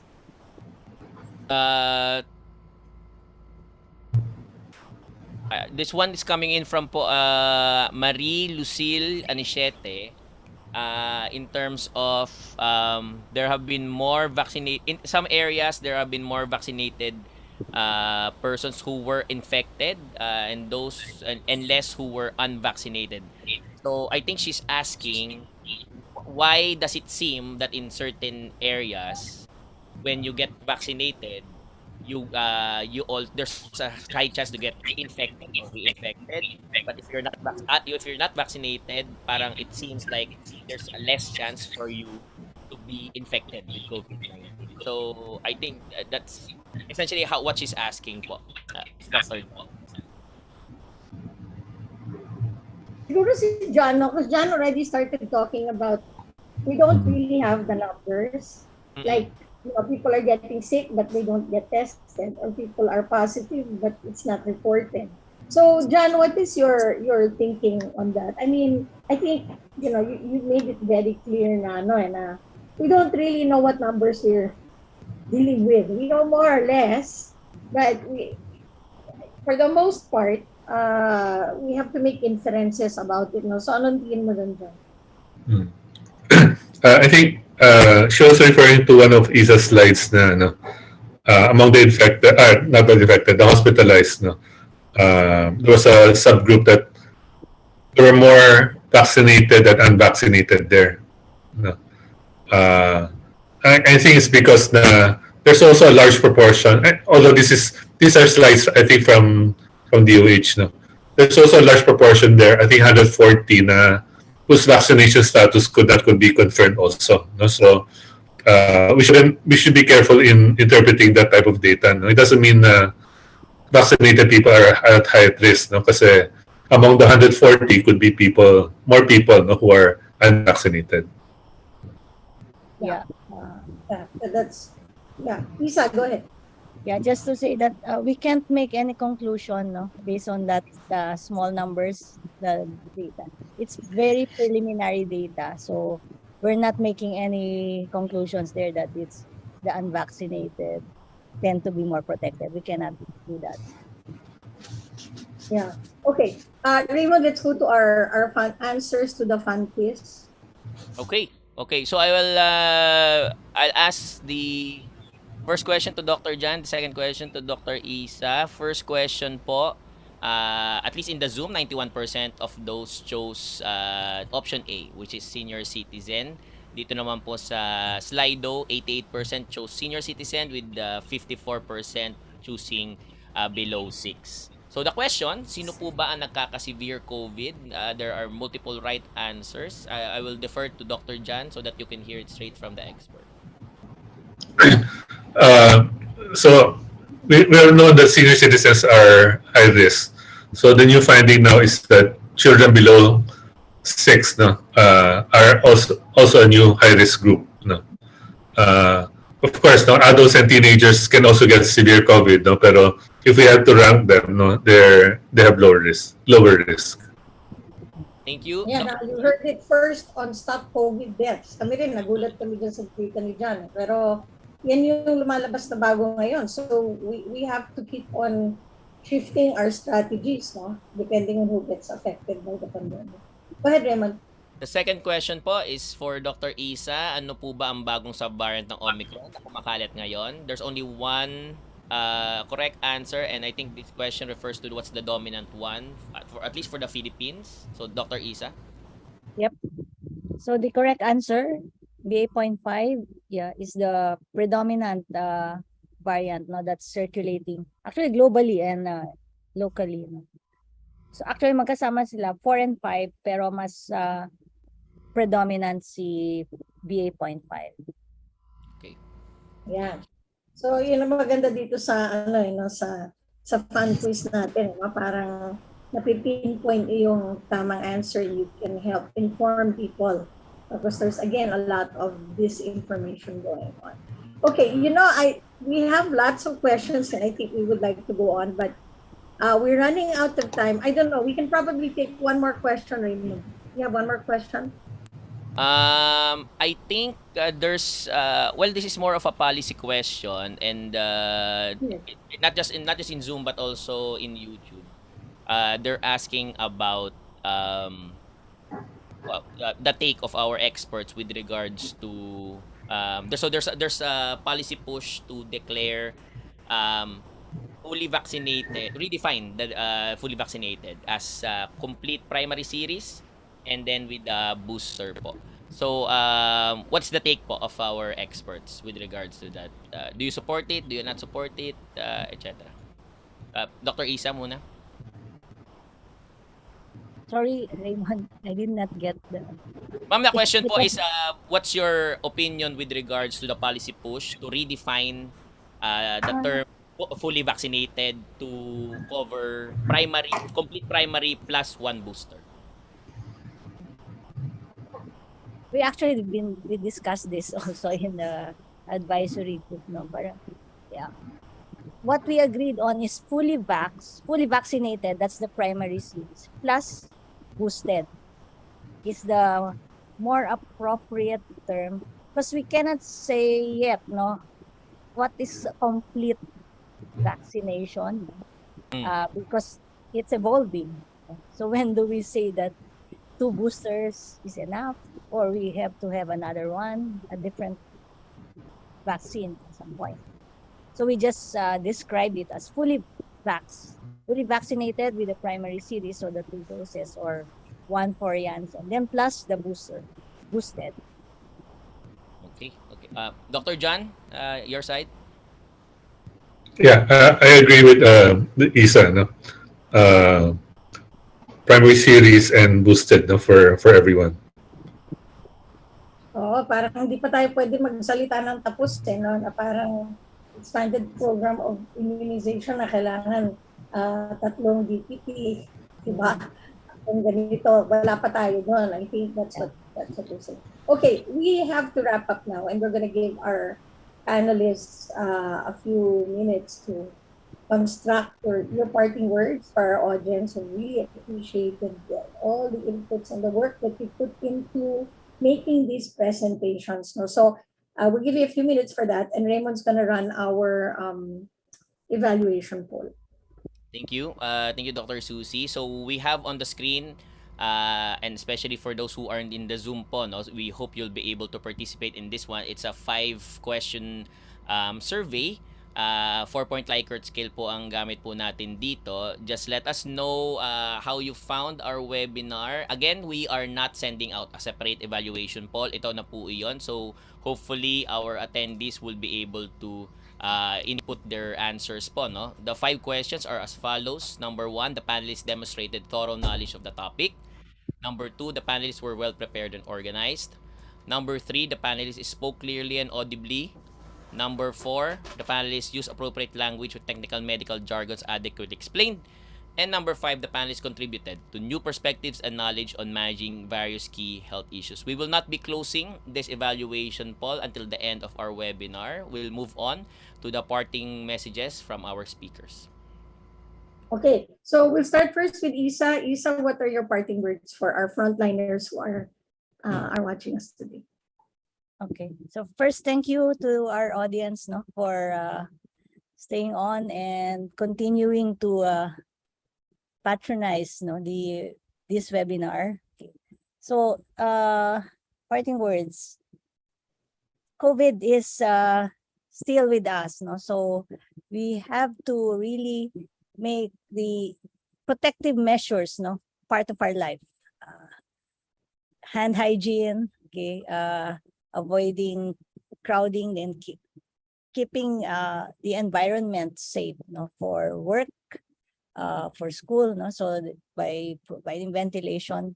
And this preventive measures is actually not just for COVID, but for all respiratory infections. So it will go a long way, no, not just for COVID, and even for TB. And then the other point is probably, it's more of this I've always been advocating, that there's really no shortcut to good science, and which is why we really come up with information dissemination webinars like this. And aside from having good science, it's making the science available to everyone.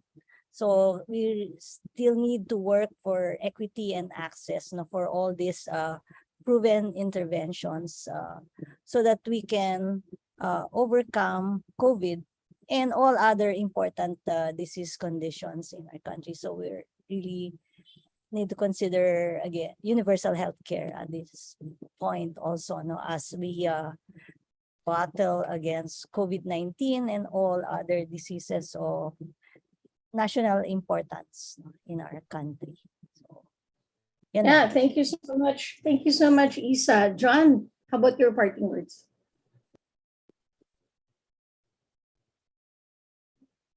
Wala ba si John? Raymond, wala ba si John? I'm searching for the ano, Parang yeah, I think he got cut off, Dr. Susie. Oh, I think he's coming in. Okay. No, he's not yet in. Sorry, sorry. Pa? Anyway, so, thank you so much, Dr. John Wong, Dr. Isa Alejandria, and we have our closing remarks and our brief summary from the Deputy Director for the Philippine General Hospital, Dr. Stella Marie Legaspi Jose. Stella, welcome. And we're looking forward to your summary. Go ahead. It's a very enlightening lecture from our speakers. Wait, I cannot put on my video. Yan, mag-video ka, Wait. Stel. Ayan, okay. A very enlightening lecture for both our speakers. First, we had Dr. John Wong. He mentioned that 14.5 million non-elderly were affected had severe COVID, and as mentioned in other webinars, elderly were at high risk for hospitalization. He mentioned that children less than 10 years old are at high risk, and also children less than 5 years old are high risk for mortality. So I think we should really consider vaccinating the children. Except for the National Capital Region, when we got all vaccinated only account for less than 70% of our population. Region 7, Region 12, and the BARMM had a vaccination rate of only less than 50%. And so the immunity wall, which we call to protect all of us. For NCR, it's 89%. For the BARMM, it's 22%. Okay, so I think those regions should take note of this. And he mentioned that only boosted. No, so you have to have the booster doses. Okay, so if it's less than 6 months from the time of your first series, less than 6 months, you are protected. But beyond that, there's a possibility of infection. So 65 million were left unprotected for severe disease. And those who are not boosted are at risk for severe COVID. I think we should, all of us, all healthcare workers who are here, should take note of this. So his key points are sequencing results suggest that the current increase in cases in Western Visayas is driven by the BA.5 variant and its sublineages, with BA.5.2 being the most dominant. Okay. Genomic analysis suggests that the start of possible spreading events during the early part of May. So May 2022 tayo nagkaroon ng these variants. No? Majority of the detected BA.5 variants are from Iloilo province and Iloilo City, but this may be skewed by the sampling bias that we have.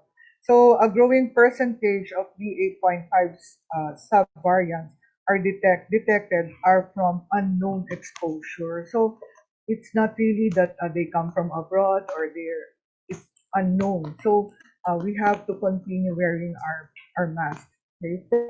From Dr. Isa Alejandria, another excellent lecture from Isa. I think this is her third time to be speaking here at TVUP.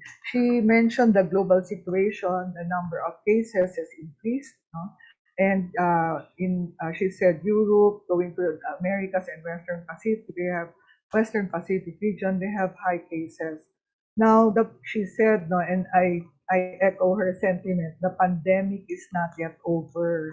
COVID-19 remains to be a public health concern. And in the Philippines, we had the Omicron surge in January, which declined in March and April. The national trend, it continues to increase with more than 1,000 cases. And these are in the NCR, Region 3, Region 6, and Region 7. Now, we also noted a decline in testing because some do not anymore do the RT-PCR, they do the rapid antigen test. And there is a steep, she noted that there's a steep incline, steep increase in positivity of 9.8%, mostly in the NCR. Now, what are the variants? Okay, so she discussed this lengthily, and mutations occur during viral transmission, and that causes the production of variants of the virus. So we have the variants being monitored, the VAM, the variants of interest, the variants of concern, which is the Omicron BA.4 and .5, and the variants of high consequences. Okay, so those are the four types of variants. Now, as to the variant classification scheme, the variants of concern are these are variants they have evidence of increased transmissibility. They also have increased disease severity and evidence of impact on diagnostics, treatment, or vaccines. Now, let me just share to you another statement that she said. How transmissible is the BA.4 and .5? So, if you compare it with the Wuhan strain, the reproductive number of Wuhan strain was 3.3. The Delta was 5.1. Omicron BA.5 is 9.5. However, when we talk of BA.2, it is 1.4 times more transmissible than BA.1. And BA.4 and .5, they have a reproduction rate of 18.6. Okay, so we are far from the beginning when we had the Wuhan strain of the reproduction number of only 3.3. So this Omicron is really, really contagious. The reproduction number is influenced by the population immunity. Okay, so if more are vaccinated, the reproduction number will not be so high, will not go up. The host factors and compliance with the minimum public health standards. Okay, and so how well do vaccines work? Everybody's interested in this, no? How well do the vaccines work against the variants? Laboratory studies consistently suggested that antibodies triggered by vaccination are less effective at blocking BA.4 and .5 than they are blocking the earlier Omicron strains. And so vaccinated and boosted people are vulnerable to multiple Omicron infections. Okay, so you can have one infection, an Omicron infection, and again be infected. Okay, so even people with hybrid immunity from vaccination and previous infections with Omicron BA.1 produce antibodies that struggle to incapacitate BA.4 and .5. So, yun talaga yung mabangis, yung BA.4 and .5. Research teams have attributed this to the variant's spike mutation. Okay, and I would also like to say at this point the impact of the variant. So she presented a table, a very interesting table. Okay, so in one part there is the growth advantage and increased transmissibility compared to the Delta variant. And she mentioned that BA.1 had lower transmissibility. BA.2 had higher in transmissibility, but BA.5 and .4 had growth advantage higher growth advantage compared to BA.2. So as the mutation goes forward, the transmissibility becomes greater if you compare the .1, the point, and the .2. And what is the impact? So everybody's interested in this, no? The impact on antibody response. So they found out that in the BA.1, there is lower neutralizing antibody titers, no?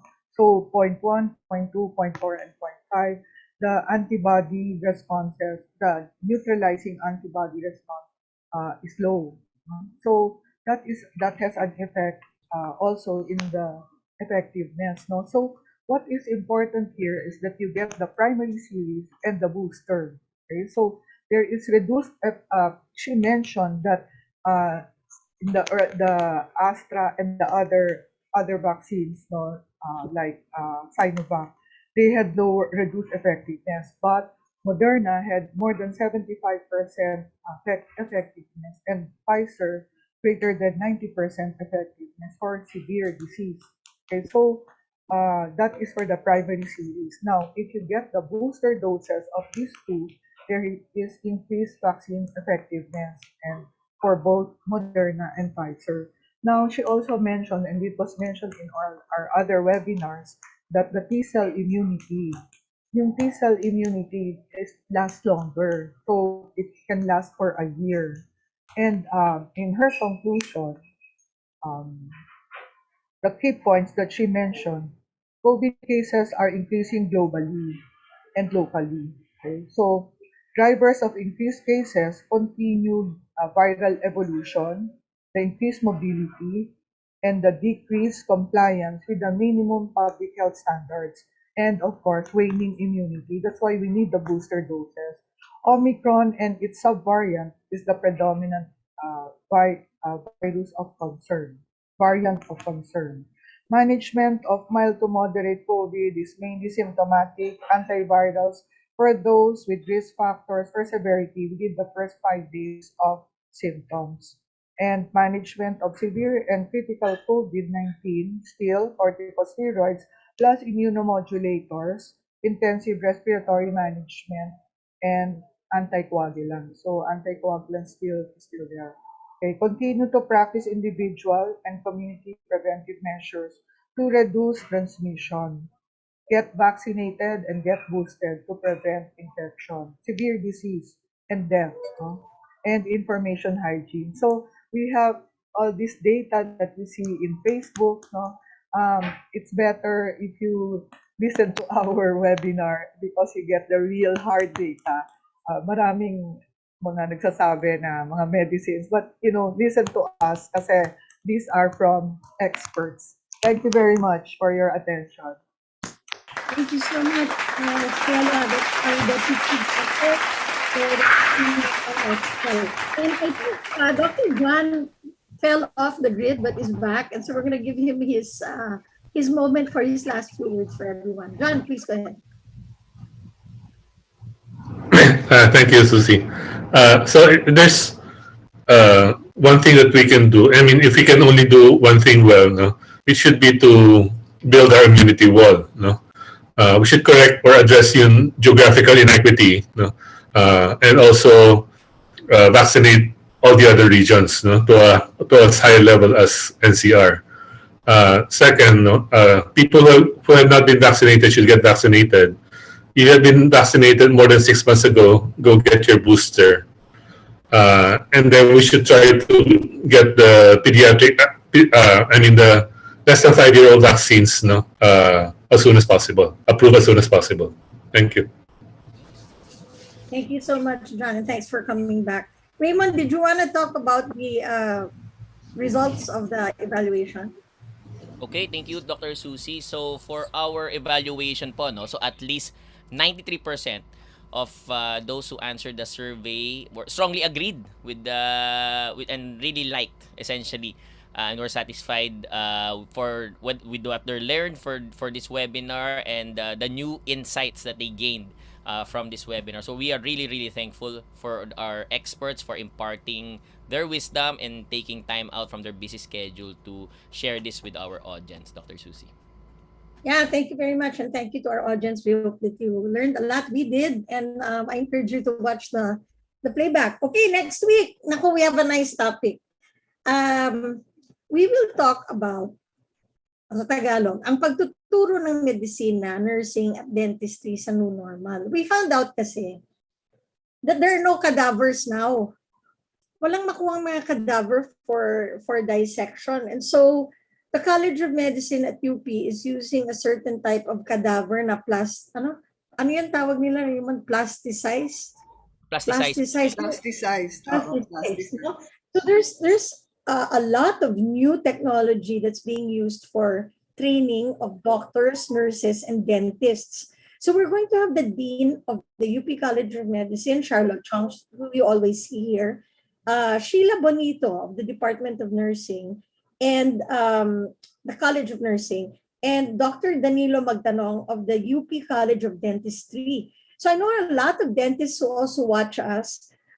So I would encourage you to invite the younger people to attend this webinar next week. And yung mga kaibigan nyo who are teaching and are interested in how do we keep on training more health workers given all of these issues, no? Katulad yan, walang cadaver, o paano yung mga dentist, how are they going to teach their students na itetest ba lahat yung mga pasyente, ano bang gagawin dyan? So yun po ang topic natin, ang pagtuturo ng medicina, nursing at dentistry in the new normal. So don't miss it. You're gonna like it. They're going to take videos of how it's being done at UP Manila. And I think we can all benefit from learning about the innovations. Over to you, Raymond. Thank you, Dr. Susie, and thank you again for the synthesis and closing remarks from Deputy Director Stella Jose. But before we conclude our program, we'd like to first acknowledge the very hardworking team behind the Stop COVID Deaths webinar series. Without each and every one of you, we won't be able to churn out quality content week in and week out. And for those who are asking, all Stop COVID Deaths webinars are archived for viewing at the TVUP YouTube channel. For your convenience po, that is from webinar 1 to 107. And after today's episode, there will be 108 archive webinars there. So please take the time to watch them on the playback. Marami pa po kayo matututunan in those webinars po. So we formally close our webinar for this week. Again, sana po makita-kita po tayo next week from 12 noon to 2 p.m. para po mas marami po tayong matutunan with regards to, not just for COVID, but for all other health aspects. So we hope to see each other next Friday. It's a date. Together, we can stop COVID deaths. So keep safe, keep healthy, and see you online.